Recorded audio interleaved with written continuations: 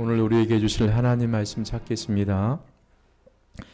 찾을 말씀은 사도행전 17장 말씀입니다. 사도행전 17장 1절로 9절 말씀입니다. 신약성경 216페이지에 있습니다. 신약성경 216페이지에 있는 사도행전 17장 1절로 9절까지입니다. 사도행전 17장 1절로 9절 말씀 우리 교독하시겠습니다. 제가 1절 말씀 읽어드립니다. 그들이 앞비볼로와 아볼로니아로 다녀가 데살로니가에 이르니 거기 유대인의 회당이 있는지라.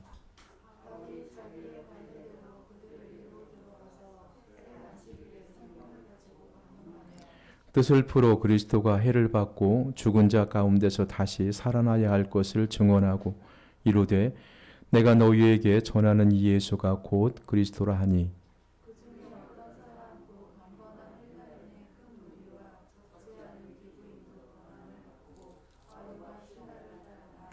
그러나 유대인들은 시기하여 저자의 어떤 불량한 사람들을 데리고 때를 지어 성을 소동하게 하여 야손의 집에 침입하여 그들을 백성에게 끌어내려고 찾았으나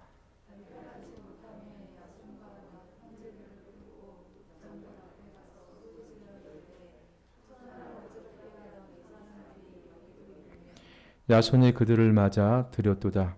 이 사람들이 다 가이사의 명을 거역하여 말하되 다른 임금 곧 예수라 하는 이가 있다 하더이다 하니. 우리 9절 함께 읽겠습니다. 야손과 그 나머지 사람들에게 보석금을 받고 놓아 주니라. 아멘. 우리가 보통 사람들은요 눈에 보이지 않거나 과학적으로 증명되지 않는 사실, 그리고 우리가 이성적인 판단에 믿어지지 않는 그런 일들을 믿지 않으려고 합니다. 그런 것들을 믿기가 쉽지 않습니다. 그래서인지 타 종교에는 어떤 형상을 만들어 놓고 이것이 우리가 믿는 신이다. 그래서 그곳을 향하여서 간절하게 빌거나 어떤 의식을 행하기도 합니다. 우리가 전도하다 보면요, 이 불신자들이 세상 사람들인 불신자인 세상 사람들이 가장 어려워하는 것, 그것이 살아계신 하나님을 믿는 것입니다. 왜냐하면 하나님을 볼 수도 없고 또 사람의 노력으로 하나님에 대해서 알 수도 없기 때문입니다. 그런데 신기하게도 우리가 전도하다 보면요, 이 하나님의 말씀을 받아들이고 믿는 사람들이 생깁니다. 이것은 하나님이 하시는 일이기 때문에 가능한 일이에요. 이 세상 사람들이 하나님을 믿고 예수를 믿는 것은 하나님의 놀라운 은혜와 역사입니다. 우리가 사도행전 16장과 또 17장의 말씀은요, 사도 바울이 한 번도 복음에 대하여 들어보지 못한 유럽으로 건너가 그곳에 중요한 몇몇 도시에서 복음을 전하는 내용의 기록이 되어 있습니다. 유럽 최초의 교회가 생긴 빌립보 지역과 데살로니가, 베레와 아데니에서 전도한 내용이 사도행전 16장과 17장에 걸쳐서 기록이 되어 있습니다. 당시 유럽이지만, 지금은 유럽이 기독교 문화를 가지고 있는 그런 나라이지만 그 당시에는요, 하나님을 알지 못하는 이방 사람들이 살고 있는 지역이었습니다. 그리고 하나님에 대해서 알지도 못하고 복음을 한 번도 들어보지 못하고 그들이 섬기는 우상들이 따로 있어서 우상을 섬기는 그런 지역들이었습니다. 사도 바울 일행이 전도한 네 도시 중에서요, 빌립보, 데살로니가, 베레아, 아덴, 그러니까 네 도시 중에서 전도의 열매가 가장 많이 맺혔던 지역이 데살로니가 지역입니다. 그리고 또 네 지역 중에 가장 심한 박해가, 핍박이 일어났던 곳이 이 데살로니가 지역입니다. 당시 데살로니가는요, 마게도니아 지방의 수도였습니다. 그러니까 당시 역사학자들은 인구가 한 20만 명 가량 살고 있었다, 그렇게 기록이 하고 있습니다. 그러니까 우리도 우리나라에도 보시면 전라, 남도의 가장 큰 도시가 광주이지 않습니까? 그러니까 어떻게 보면 그 전라남도의 수도가 광주라는 것입니다. 근데 이 마게도냐라는 그런 도시가 그런 지방이 있는데 그 도시 중에서도 가장 번화하고 큰 도시가 어떤 도시였었냐면 데살로니가 도시였어요. 자, 오늘날에도요. 자, 오늘날 이 도시는요. 데살로니키라고 불려지는 그리스의 아테네 다음으로 제2의 도시입니다. 그림에도 보시지만요. 지금도 데살로니가 지역에 데살로니키라는 그런 지명을 가지고 저렇게 번화한 도시입니다. 또 우리나라로 치면 부산 정도의 그런 큰 도시이죠. 자, 그런데요. 바울 일행이 바울과 실라, 디모데, 누가드 이 빌립보를 떠나서 데살로니가를 가기 위해서 걸었던 에그나티아 도로가 있습니다. 자, 여러분 이 지도를 한번 보시면요. 자, 동서로 굉장히 큰 구간입니다. 저 구간이 한 1000km가 넘어요. 에게 저쪽에 보면 드로아가 있죠. 바울이 환상을 보고 그리고 그 환상을 보고 건너갔던 곳이 빌립보 지역입니다. 그래서 빌립보에서 복음을 전해서 누디아라는 그런 자주장사를 만나서 그 집을 모토로 해서 교회가 생기죠. 또 그 유대인들에게 핍박을 받아 빌립보 감옥에 들어가서 나와서 자, 어디로 향하냐면요. 데살로니가로 향해요. 저 빌립보에서 데살로니가로 거리는 한 160km 정도 된다고 하죠. 그래서 저 에그나티아 도로는요. 어떤 도로냐면 노마 군사도로예요. 노마 군인들이 다른 지역을 가기 위해서 수레를 끌고 가기 위해서 만든 도시예요. 저 도시는 실제로 그 당시에 도로가 그대로 남아있는 지역입니다. 그러니까 저렇게 네모난 도를 깔아서 1120km, 폭 6m가량을 도로를 포장을 했다는 거예요.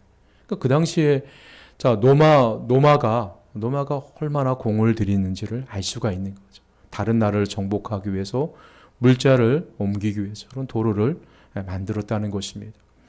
그래서 사도 바울 일행이요. 저 빌립보에서 저 도로를 걸어서 어디로 가게 되냐면 데살로니가를 도착을 하게 되는 것입니다. 자, 성경학자들은요. 바울이 데살로니가에서 오래 머물지 않았다고 얘기를 해요. 약 머문 기간이 한 6개월 미만. 그러니까 6개월이 채 되지 않는 6개월 미만을 체류하면서 이 데살로니가 지역에서 복음을 전했습니다. 자, 오늘 그래서 본문 2절에 보시면요.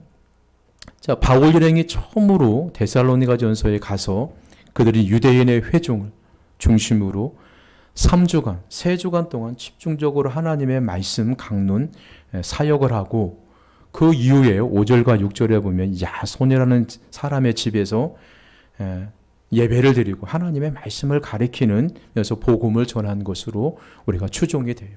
그러니까 요즘으로 말하면 교회가 아니라 가정에서 소그룹 모임을 통해서 말씀을 양육하고 또 지역 사람들에게 복음을 전했다는 것입니다. 그래서요, 보통 선교사들이 복음이 전혀 들어가지 않는 오지, 지금은 거의 복음이 들어가 있지 않는 지역이 거의 없을 정도로 전 세계의 선교사들이 다 들어가 있습니다. 근데 아직도 복음이 들어가 있지 않는 오지들이 많이 있다고 하죠. 그런데 복음이 전혀 들어가 있지 않은 오지예요. 자, 복음을 전혀 모르는 사람들이 살고 있는 그 지역에 들어가 복음을 전하며 또 교회가 세워지기까지 보통 몇 년이 걸린다는 것입니다. 혹은 몇십 년이 걸릴 수도 있다는 것입니다. 그러니까 그 지역에 몇 년 동안 몇십 년 동안 지역 사람들을 섬기고 복음을 전해도요. 전도 열매가 없는 경우도 있습니다. 우리나라 경우도 그렇습니다. 우리나라의 수많은 조선 초기에 우리나라 개화기 초기에 서양에서 많은 선교사님들이 오시죠. 근데 어떤 분은 오자마자 순교를 당하신 분이 계시고 어떤 분들은 몇 년 동안 병자들을 치료하면서 잘 섬겼음에도 불구하고 전도 열매가 한 명도 맺지 못하고 죽으신 분들이 계세요. 양화전에 가면 그 선교사 무덤이 쭉 있죠. 그러면은 그 선교사님에 대한 기록이 짤막하게 기록이 되어 있습니다. 그러니까 복음이 한 번도 들어가지 않는 지역에서 교회가 개척이 되고 교회가 설립이 된다는 것이 얼마나 힘든다는 것을 우리가 알 수가 있는 거예요.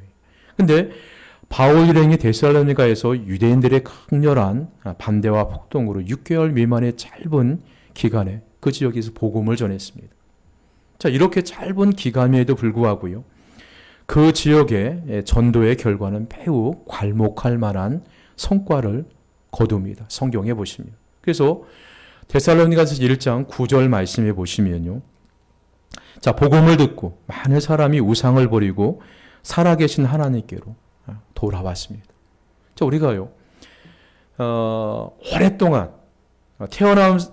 태어나면서부터 자, 우상 문화에 젖어 있는 사람이요, 주께로 돌아온다는 것은 굉장히 힘든 일이에요. 자, 그런데 오늘 데살로니가전서 1장 9절 말씀에 보면, 자, 그 지역에 바울 일행이 전한 그런 복음을 듣고요, 자, 수많은 사람들이 주께로 복음을 우상을 버리고 하나님께로 돌아와서 하나님을 섬겼다는 것입니다. 그리고요, 데살로니가전서 1장 7절 말씀에 보면, 자, 그들의 믿음이 데살로니가, 마게도냐와 아가야 지방 인근 교회에 본이 되었습니다. 그러니까 그거예요. 우리 이 포고급의 둔전리의 작은 지역이지만요, 교회가 약 한 30개 정도 돼요. 크고 큰 교회도 있고 뭐 작은 교회도 있는데, 이 조그만 동네에 한 30개 정도 교회가 있습니다. 자, 그런데 이 교회가요, 그 인근 지역, 그러니까 포고고뿐만 아니라 뭐 전대리, 저쪽 모현, 용인, 시내까지, 야, 저 교회는 참 믿음이 좋은 교회예요. 저 교회를 다니는 성도들은 참 믿음이 좋아. 자, 우리 교회도 저 교회를 닮고 싶어. 자, 우리 교회 성도들도 저 교회를 닮아갔으면 좋겠다. 이렇게 인근 지역의 교회에 본을 보이는 교회로 성장하는 모습을 볼 수가 있습니다. 그게 데살로니가서 1장 7절 말씀이에요. 또 데살로니가서 1장 8절 말씀해 보시면요, 그들의 믿음이요, 믿음의 소문이 각처로 퍼져나갔다고 기록이 되어 있어요. 자, 1장 8절 말씀해 보시면, 주의 말씀이 너희에게로부터 마게도냐와 아가야에만 들릴 뿐만 아니라 하나님을 향하여 너희 믿음의 소문이 각처에 펴졌으므로 우리는 아무 말도 할 것이 없노라. 뭐 더 이상 이래라 저래라 할 말이 없다는 거 너무 잘 아니까. 자, 바울 일행이 짧은 기간에 복음을 전하고 그들이 또 이 마게도냐 교회에 다시 방문한 것도 아닙니다. 그들은 6개월 미만의 짧은 사역을 하고 이제 베레아로 도망을 치죠. 유대인들의 박해 때문에. 그리고 더 이상 그곳에 방문하지를 않아요. 6개월 동안 복음을 전하고 또 하나님의 말씀을 양육했을 뿐인데, 바울 일행이 떠난 이후에요, 이 데살로니가 교회가 이렇게 성장을 해요.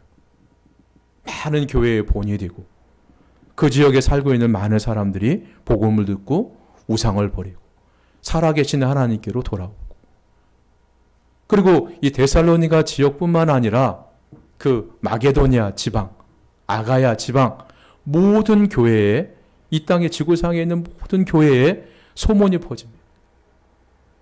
믿음이 좋은 교회로, 하나님을 잘 믿는 교회로, 신실한 교회로, 이렇게 소문이 나는 그런 교회로 성장했다는 것입니다.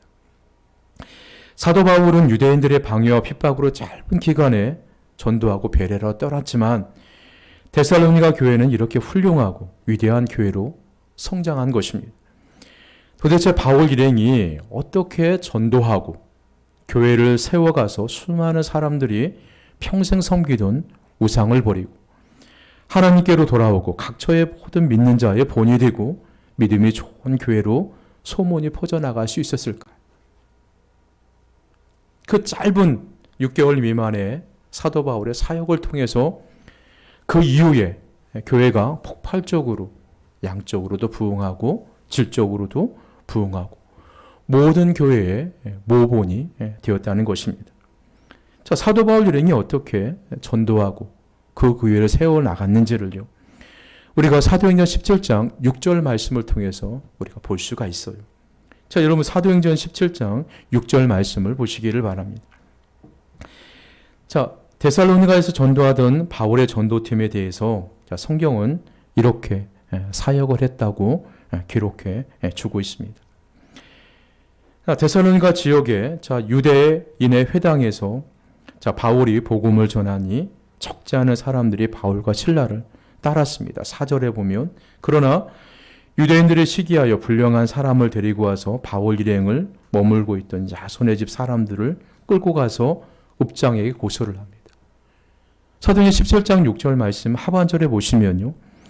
유대인들이 바울 일행을 고소한 내용이 천하를 어지럽게 하던 사람들, 가이사의 명을 어기고 다른 임금 곧 예수를 왕이라고 선포했다는 죄목입니다. 천하를 어지럽게 하던 사람들이 여기에 이름에, 어떻게 보면 이 말씀이 부정적인 표현입니다. 그러나 영어 성경인 킴 제임스 버전이라는 그런 성경책이 있습니다.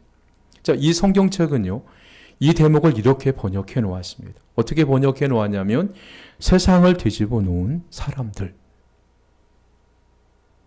천하를 어지럽게 하던 이 사람들, 세상을 뒤집어 놓은 사람들. 도대체 이 사도 바울 일행이 어떻게 전도했기에 세상을 뒤집어 놓은 이런 결과를 가져왔을까요? 복음을 전했는데 이 데살로니가 지역이 뒤집어 버린 거예요. 막 사람들의 마음을 휘업하고 막 사람들의 마음을 감동을 주고, 그래서 복음을 듣는 사람들이 우상을 버리고 하나님께로 돌아오는 그런 역사들이 일어나게 되었다는 것입니다. 이런 데살로니가 교회를 만든 두 가지 비결이 있습니다. 성경에 보십니다. 첫째가요, 이 데살로니가 교회의 바울 일행의 사역을 보시면요, 철저한 복음적인 말씀 사역이었습니다. 오늘 본문 사도행전 17장 2절로 3절에 보시면요, 바울은 데살로니가에 도착하자마자 유대인의 회당을 찾아 허락을 받고 3주간에 걸쳐 말씀 강론 사역을 시작을 합니다. 사도 바울은요, 그는 오랫동안 율법을 배운 사람이에요. 그리고 납비의 자격증을 갖고 있는 사람이었습니다. 그러니까 유대인들이 있는 어느 회당에 가셨든 간에 앞서서 하나님의 말씀을 가르칠 수 있는 자격을 갖추어졌기 때문에 그는 가는 곳마다 회당을 찾아서 회당에 모여있는 사람들에게 말씀을 가르쳐요. 성경을 오늘 17장 2절과 3절 말씀해 보시면요, 성경을 가지고 강론하는 이런 바울의 설교 스타일을 가리켜 오늘날의 복음적인 강의 설교라고 하는 것입니다. 바울은 성경을 읽어놓고, 그러니까 본문이라는 거죠. 본문을 읽어놓고 본문과는 전혀 상관없이 자기 하고 싶은 말을 하는 그런 설교 스타일이 절대로 아니었습니다. 그 읽은 본문을 성실하게 해석하여 그 뜻을 드러냈다는 거예요. 그러니까 성경을 읽어놓고 목사가 자기가 하고 싶은 말만, 교회에 유익이 되는 말만 하는 것이 아니라 그 본문을 성실하게 해석을 해서 그 뜻을 드러냈다는 것입니다. 풀어냈다는 거예요. 이런 설교 스타일을 오늘날 복음적인 강의 설교라고 하는 것입니다. 그래서 오늘 말씀해 보면 성경을 가지고 강론하며 뜻을 풀었다, 이렇게 말씀하고 있는 것입니다. 그러나 단순히 성경을 해석에 그친 것이 아니라 그 말씀을 통해 예수 그리스도가 어떻게 우리의 인생의 문제에 대한 해답인가를 제시하는 것. 그래서 성경 속에 나와 있는 바울의 설교의 본문이 여러 개 기록이 되어 있습니다. 근데 그 설교를 한번 읽어보면요, 그 설교의 핵심은 그거예요. 사도 바울의 설교의 핵심은 예수 그리스도였습니다. 그리스도가 해를 받고 죽은 자 가운데서 다시 살아나야 할 것을 증언했다. 그리스도의 죽음과 부활, 이것이 바로 인류의 죄 문제와 구원의 문제의 해답입니다. 그러니까 사람이 가지고 있는 모든 문제, 자, 이런 모든 문제가 다 보시면요, 죄 때문에 생기는 것들이에요. 근데 이런 죄의 문제를 해결할 수 있는 유일한 것, 근본적으로 해결할 수 있는 것은 예수님의 십자가의 죽으심과 부활만이 인생의 근본적인 문제를 해결할 수 있는 해답임을 사도 바울은 특히 강조한 거예요. 자, 이것이 바로 복음 선포입니다. 자, 그래서 우리는 바울 설교를 복음적인 강의 설교라고 하는 것입니다. 그러니까 교회가 자, 성경에 근거한 복음의 메시지를 상실하면요, 그것은 더 이상 교회일 수가 없습니다. 흔히 어떤 교회를 우리가 이야기할 때, 자, 신학적인 성향을 두고 이야기하면 우리는 그 교회가 보수적인 교회냐, 아니면 진보적인 교회냐, 자, 이렇게 얘기를 하죠. 저 교회가 어느 교단에 있느냐, 저 교회가 속해 있는 교단은 보수적이냐, 진보적이냐, 자, 이런 것을 흔히 먼저 이야기를 해요. 그러나 저는요, 자, 교회가 진보적이냐, 또 보수적이냐, 이런 게 중요하지 않고, 복음적인 교회이냐, 그렇지 않느냐, 그게 더 중요하다고 생각을 합니다. 그러니까 교회는 복음적인 교회가 되어야 된다는 것입니다. 자, 이것은요, 말씀 중심의 사역이 조금은 자, 밋밋하게 느껴질지 모릅니다. 그래서 어떤 신비한 그런 집회도 좀 하고, 또 집회 가운데 어떤 신기한 역사들이 지금 일어나고, 또 좀 감정을 건드려주고 가슴을 좀 뜨겁게 해주는 그런 집회도 우리가 신앙생활할 때도 필요한 거죠. 근데 자, 그것은 일시적이지요. 그게 오래 가지를 못합니다. 그래서 자, 교회를 성숙하게 하고, 자, 교회를 오래 지속하게 하고, 교회의 근본적인 일을 감당할 수 있는 힘은요, 말씀입니다. 말씀이 바로 시행되지 않은 교회는 오래 가지 못한다는 것입니다. 그러니까 사도 바울의 그 사역의 중심은요, 항상 복음적이었습니다. 말씀 중심이었고, 그 말씀 중심에는 항상 예수 그리스도가 중심이었습니다. 그렇게 항상 늘 사역을 하는 것을 우리가 성경을 통해서 볼 수가 있는 것입니다. 그래서요, 자, 바울 일행이 거두었던 데살로니가의 사역의 큰 열매가 바로 이런 복음적인 강해 설교의 결과였던 거예요. 자, 사도 바울 일행이 떠나간 이후에 자, 6개월 미만 머물면서 말씀을 전했으므로 복음을 전한 기간이 그렇게 길지 않습니다. 급기야 유대인들의 반대로 밤에 보따리를 싸서 도망을 나왔는데, 자, 사도 바울이 데살로니가에서 나온 후에 데살로니가 교인들에 대한 유대인들의 핍박이나 반대가 아마도 심했을 것입니다. 왜 그러냐면, 자, 그 당시에요, 이 데살로니가 지역에 경제권을 쥐어잡고 있던 사람들이 어떤 사람이었냐면 유대인들이었습니다. 자, 오늘날도 그렇죠. 미국이라는 거대한 나라를 움직이는 것이요, 트럼프 대통령이라고 생각하는데요, 실제로 많은 사람은 그렇게 얘기하지 않아요. 자, 미국이라는 거대한 나라의 경제권을 갖고 있는 유태인들이 미국을 움직이는 거예요. 어떻게 보면 전 세계를 움직이는 민족이에요. 유대인들이에요. 근데 그 당시만 해도요, 자, 유대인들이 그 데살로니가 지역의 경제권을 잡고 있었어요. 근데 유대인들은 기독교인들을 미워합니다. 핍박을 해요.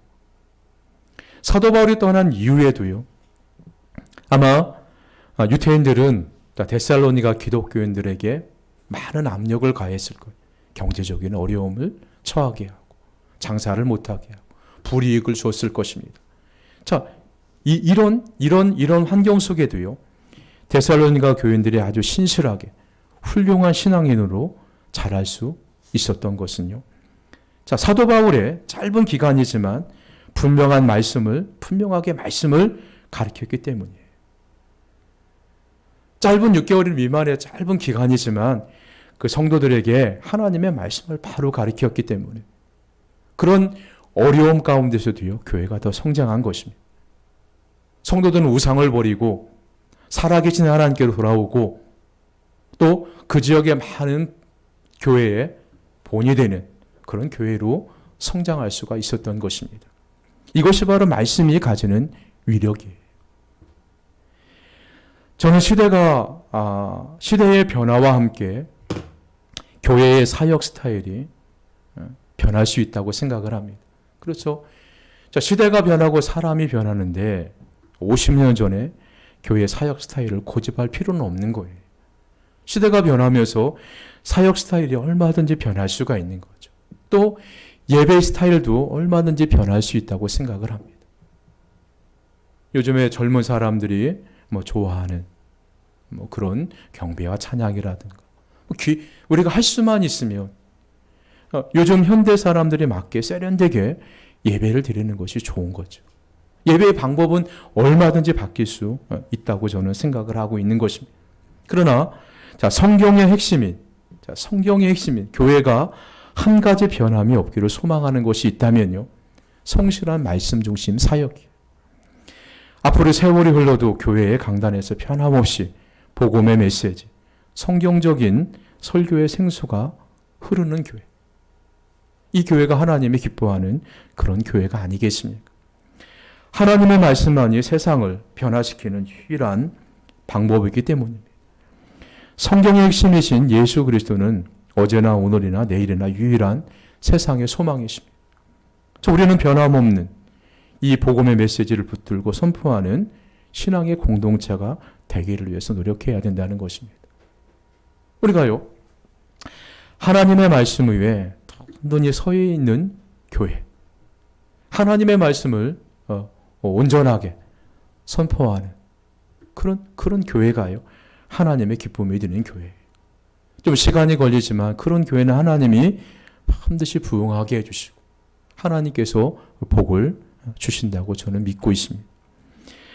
그러므로요, 이 데살로니가 교회가 그렇게 어려운 가운데서도 성숙하고 훌륭하게 성장할 수 있었던 비결은요, 이웃 사랑을 실천하는 사역이 있었기 때문입니다. 바울 일행의 복음적인 말씀 전도 사역이 훌륭한 데살로니가 교회를 세우고 그 다음에 데살로니가 교회가 다시 자기 지역의 사회에 큰 영향력을 가질 수 있었던 또 하나의 비결은요, 우리는 데살로니가전서 2장 8절에서 찾아볼 수가 있어요. 여러분, 데살로니가전서 2장 8절 말씀에 보시면요, 우리가 이같이 너희를 사모하여 하나님의 복음뿐 아니라 우리의 목숨까지도 너희에게 주기를 기뻐함은 너희가 우리의 사랑하는 자 됨이라. 바울과 그 일행은요, 본절을 통해서 자신들이 데살로니가 교인들을 열정적으로 사모하며 복음뿐만 아니라 자기들의 목숨까지도 기꺼이 내놓을 정도로 헌신적으로 데살로니가 성도들과 교회를 사랑했다고 이야기를 하고 있어요. 그러니까 바울 일행들이요, 이 데살로니가의 지역의 성도들을 복음을 전할 뿐만 아니라 우리의 목숨까지도 내놓을 정도로 헌신적으로 그들을 섬기고 사랑했다, 이렇게 표현해 주고 있어요. 흔히요, 사람은요, 자녀를 키우다 보면 그래요. 자녀가 부모님의 관심과 사랑을 많이 받고 자란 그런 자녀는요, 다른 사람에게 사랑을 줄 알아요. 그러나 부모로 버릴 때부터 핍박을 받거나 부모로부터 심한 이렇게 그렇지 사랑을 받지 못한 사람들은요, 사회에 나와서도 이기적인 사람으로 살아갈 확률이 굉장히 높아요. 고기도 먹어본 사람이 고기 맛을 안다. 사랑도요, 사랑을 받아본 사람만이 다른 사람을 섬길 수 있고 다른 사람에게 사랑을 줄 수가 있는 거예요. 근데 처음 복음이 들어가는 데살로니가의 지역에 바울과 실라와 마가와 누가가요, 그들을 자기 목숨을 내어줄 정도로 데살로니가 사람들에게 헌신합니다. 그들을 섬겨요. 사랑해요. 그러니까요. 이 데살로니가 교회의 성도들이요, 자기들이 받은 사랑 때문에 지역에 가서 지역의 어려운 사람들을 헌신적으로 섬겨요. 그리고 사도 바울이 전도하는데요, 많은 물질적으로나 모든 부분에 헌신적으로 사도 바울을 섬기는 것을 우리가 성경을 통해서 볼 수가 있는 것입니다. 자, 데살로니가 교회의 성장의 비결은요, 자, 복음과 함께 목숨까지도 내어주고자 하는 사랑이었습니다. 이런 이웃사랑의 실천이 있었기 때문에 교회는 지역에 큰 영향력을 발휘했습니다. 자, 복음은요, 자, 복음은 위대한 메시지입니다. 자, 복음만이 사람을 구원할 수 있고, 복음만이 가정을 변화시킬 수가 있고, 복음만이 한 나라를 변화시킬 수가 있습니다. 복음은 이렇게 위대하지만요, 복음이 사랑으로 증거되지 않으면요, 우리의 이웃은 복음의 진정성을 믿지 않습니다. 우리가 복음을 증거하는데 사랑이 없다, 복음을 증거하는데 우리가 헌신적이지 않다, 그러면 하나님을 알지 못하는 사람이요, 복음을 듣고도 그 복음이 진리인지 진짜인지 그것을 인정하지를 않는다는 것입니다. 자, 그래서요, 자, 이웃 사랑이 복음을 증명하고 복음의 열매를 맺게 하는 것입니다. 자, 그동안 한국 교회가 폭발적인 부흥이 일어났죠. 1970년을 기점으로 해서 80년대, 90년대 초까지 한국 교회는 계속해서 부흥이 했습니다. 그래서 심지어 70년대, 80년대까지만 하면 저 논바닥에 십자가만 꽂아도 사람들이 몰려온다. 그 정도로 한국 교회가 크게 부흥할 때가 있었습니다. 그때 기도도 열심히 하죠. 전도의 열정도 있어서 가는 곳마다 사람들이 전도지를 나눠주고 전도하고 밤마다 산마다 기도하는 사람들로 가득 차 있었고. 자, 그런데요, 한국 교회가 이렇게 열심히 기도하고 전도하면서 자, 전도의 열매를 맺지 못한 원인이 있습니다. 그것이 바로 이웃을 향한 우리의 진정한 사랑이 보이지 않았기 때문이에요. 저 교회를 다니는데 너무 이기적이고, 저 교회를 다니는데 손해보려고 하지 않고 자꾸 자신의 이익만을 챙기는 그런 이기적인 모습, 신앙생활을 열심히 한다고 하면서도 헌신하지 않는, 사랑하지 않는 그런 모습들. 복음은 진리인데 믿는 성도들이 복음을 전하면서 사랑으로 헌신하지 않으니까요, 믿지 않는 사람들이 저렇게 교회 다니면 나는 차라리 교회 나가지 않겠다, 그렇게까지 이야기를 해요. 자, 그래서 오늘날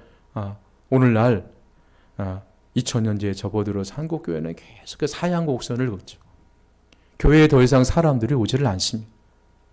그래서요, 한국 교회가 다시 한번 성장하려면 우리가 말씀으로 돌아가서요, 이 데살로니가 교회처럼 우리가 복음의 진정성을 드러내려면 사랑으로 복음의 열매를 맺어야 돼요. 그렇지 않으면 한국 교회가 더 이상 희망이 없는 것입니다. 우리 교회가 이 데살로니가 교회처럼 복음을 전할 뿐만 아니라 목숨이라도 내어주는 사랑으로 이웃을 사랑하는 일에 앞장서기를 우리는 기도하고 힘써야 하겠습니다. 그래서 후일에요, 우리의 기도처럼 지역과 민족을 치유하고 세상을 변화시키는 일에 진실한 미랄이 되는, 미랄로 기억되는 교회가 되기를 위해서는 늘 기도하고 있습니다. 금년 추수감사 주일을 우리가 한 주간을 앞두고 있죠.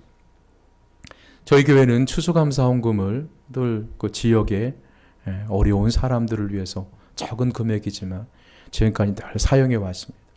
그래서 올해는 지난주에 우리 교회 운영위원회 회의를 가져서 이번에는 추수감사 헌금을 에다 교회 재정을 조금 보태서 날씨가 추워지니까 홀로 사시는 분 유료비를 좀 지원해주고, 그리고 지역에 코로나 때문에 월세를 내지 못한, 임대를 내지 못하는 교회를 우리가 좀 도왔으면 좋겠다, 이런 용도로 우리가 추수감사 헌금을 사용하기로 결정을 했습니다. 우리 주변에 우리가 섬겨야 할 분들이 굉장히 많이 있습니다. 우리가 화려한 사람들이 많이 다니고 옷을 잘 입고 다니는 대로변만 보면 우리가 도울 사람들이 안 보여요. 그러나 대로변을 지나서 조금만 허름한 골목길에 들어서자마자요, 우리가 도와야 할 사람들 눈에 띄기 시작을 해요. 우리가 그런 사람들을 복음을 증거하면서 사랑으로 섬기는 것, 이것이 바로 하나님이 원하는 교회의 모습이 아니겠습니까? 자, 그래서요, 데살로니가 교회처럼 사랑으로 복음을 전하고, 자, 이웃을 실천함으로 복음의 진정성을 드러내는 우리가 교회를 되기 위해서 열심히 기도하고 함께 교회를 섬겼으면 좋겠습니다. 이렇게 할 때 하나님께서 용인은광교회 성도들을 위대하게 또 훌륭하게 이 지역의 믿음으로 소문난 교회로, 소문난 성도들로 우리를 사용하실 줄 믿습니다. 그래서 저와 여러분이 이 데살로니가 교회처럼 우리가 더 하나님의 말씀에 가까이 하고 말씀을 붙들고 교회가 될 수 있으면 어떻게든지 간에 말씀 사역을 잘 할 수 있도록 여러분 기도해 주시고, 또 우리가 말씀만 전할 뿐만 아니라 복음만 전할 뿐만 아니라 이 지역의 사랑으로 복음의 진정성을 드러낼 줄 아는 그런 교회가 되기를 위해서 여러분 함께 기도해 주시고 함께 일에 동참해 주시기를 간절하게 소망합니다. 우리 함께 기도하시겠습니다. 살아계신 하나님 아버지, 추수감사주일을 이제 한 주 앞두고 있습니다. 이번 추수감사절은 그냥 연례 행사로 끝나는 것이 아니라 우리의 마음 속에 하나님의 주시는 추수의 기쁨, 그리고 하나님께서 우리에게 베풀어 주시는 모든 사랑을 회복하며 감사가 넘치는 그런 추수감사절로 지킬 수 있도록 주님께서 우리의 마음과 생각을 주장하여 주시기를 간절하게 소망합니다. 코로나 때문에 오늘도 교회를 나오지 못한 우리 성도들, 하나님께서 그들에게도 위로와 또 크신 은혜를 베풀어 주셔서 함께 교회에 나와서 예배드릴 수 있도록 그들의 마음을 주장하여 주옵소서. 용인은광교회가 이곳의 빛과 소금의 직분을 잘 감당할 수 있도록 주님께서 은혜 베풀어 주실 줄 믿고 거룩하신 예수님의 이름으로 기도 올려드리옵나이다. 아멘.